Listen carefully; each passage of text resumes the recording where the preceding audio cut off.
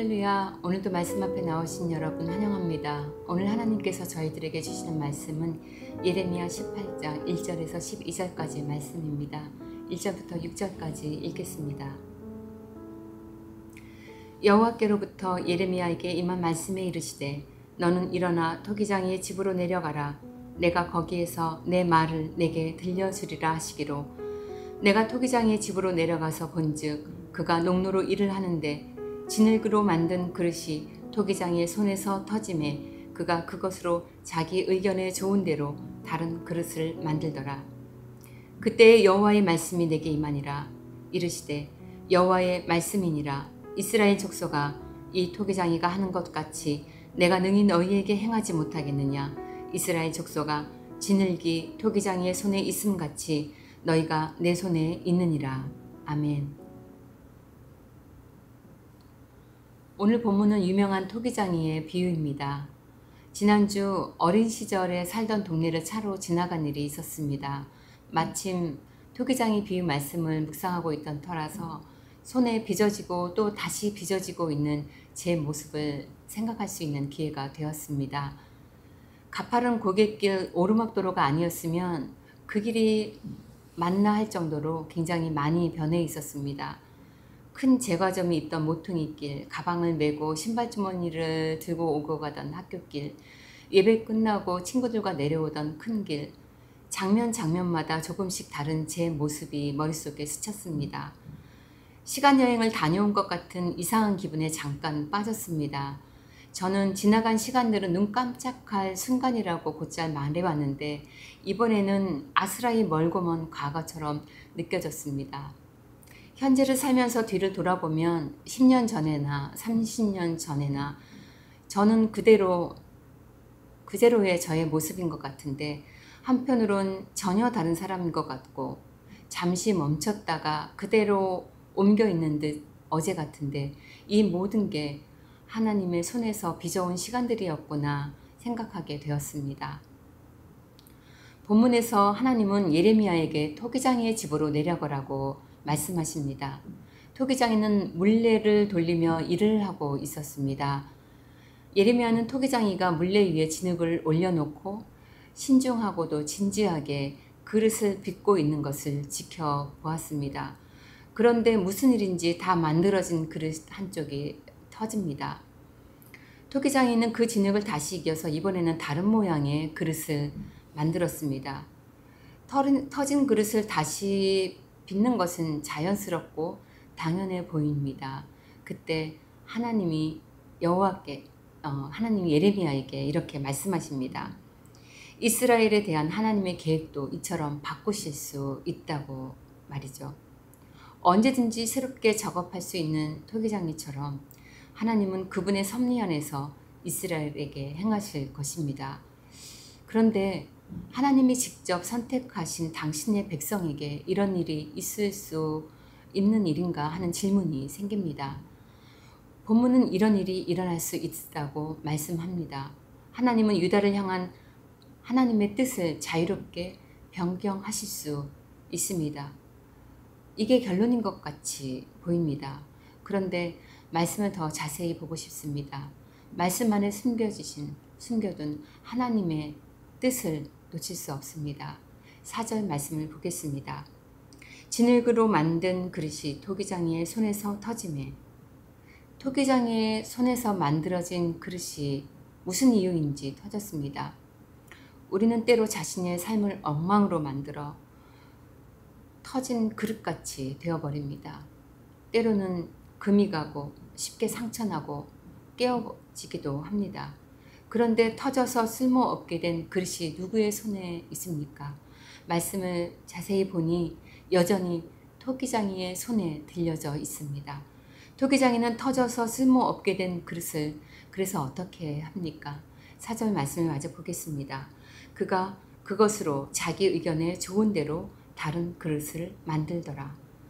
그것으로 다른 그릇을 만들고 있습니다. 그릇이 망가졌는데 그럼에도 불구하고 원래의 그것으로 다른 그릇을 빚어내고 있습니다. 토기장이는 이스라엘을 창조하신 하나님을 상징합니다. 또한 저와 여러분을 흙으로 빚어서 창조하신 하나님을 비유하고 있습니다. 우리는 하나님의 손에 들려진 진흙입니다. 하나님은 자기 자녀를 포기하지 않으시고 그분의 기쁘신 뜻과 계획대로 새롭게 만들어 가십니다. 이것이 하나님이 우리에게 행하시는 방법입니다.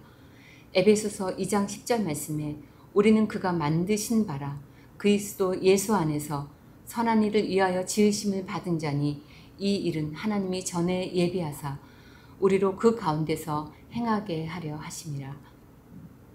우리의 삶이 때로 엉켜버리고 터진 그릇같이 되어버리지만 그때에도 하나님은 다른 재료를 찾아 우리를 놓아버리지 않으셨습니다. 거역과 불순종과 불법으로 망가진 인생이 주님 손에서 다시 빚어지고 새롭게 된다는 희망의 메시지가 우리에게 들려집니다.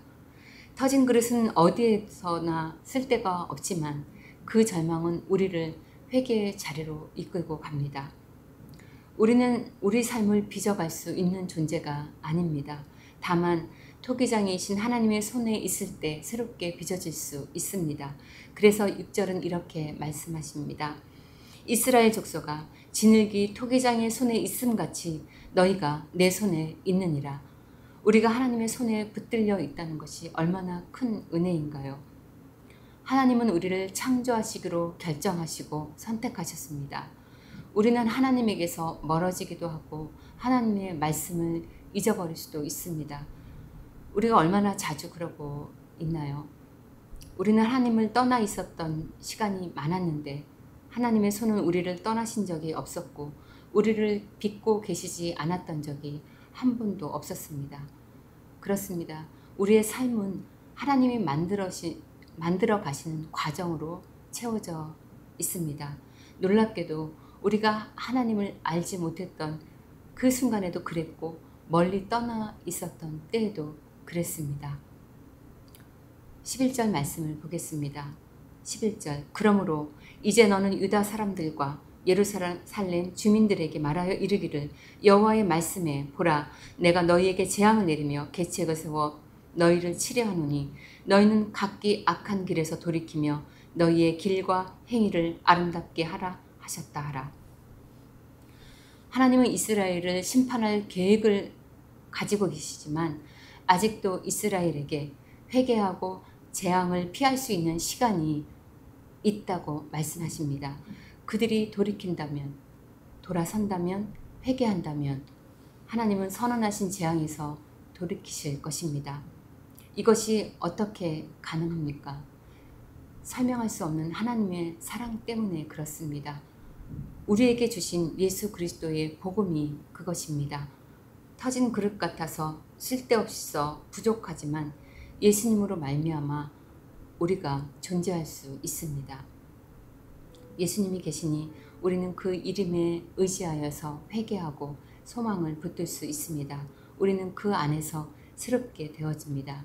고린도후서 5장 17절 말씀에 그런즉 누구든지 그리스도 안에 있으면 새로운 피조물이라 이전 것은 지나갔으니 보라 새 것이 되었도다. 찬양이 하나 떠올랐습니다. 터진 그릇이 되어서 오랜 세월을 헤매고 난 후에 주님 앞에 있노라고 고백하면서 많이 불렀던 찬양입니다. 가사가 이렇게 시작합니다. 주님과 같이 내 마음 만지는 분은 없네. 오랜 세월 찾아 난 알았네. 내겐 주밖에 없네. 말씀을 묵상하면서 이 가사가 정확히는 제가 찾아 알게 된 것이 아니라 하나님께서 오랜 세월 주님께서 나를 찾으셨고 기다리셨고 포기하지 않으시면서 그 손에서 빚어오고 계셨구나 하는 것을 알았습니다. 우리는 생명과 진리를 스스로 발견하거나 찾을 수 없는 존재지요. 오직 하나님의 기이한 섭리 안에서 빚어지고 발견되는 존재입니다. 오늘 하루 우리를 빚어가시는 하나님의 손을 묵상하시면 좋겠습니다. 우리가 보지 못하고 알지 못하는 내일의 모습까지도 바라보시면서 하나님의 그 선하신 뜻과 계획대로 우리를 빚어가실 것입니다. 기도하시겠습니다. 살아계신 하나님, 터지고 금이 가는 저희의 존재가 하나님의 손에서 새롭게 되는 그런 인생이 되는 복을 주시니 감사합니다. 하나님의 기쁘신 뜻대로 저희를 빚어가시고 인도하여 주옵소서. 예수님의 이름으로 기도합니다. 아멘. 오늘도 2가지 기도 제목으로 기도의 자리로 나아가시겠습니다. 첫째, 진정한 회개를 위해 돌이켜야 할 우리의 태도와 행실이 무엇인지 깨닫게 하옵소서. 둘째, 주님 손에 지어가도록 말씀에 귀를 기울이고 순종하는 하루 되게 하옵소서. 기도하시겠습니다.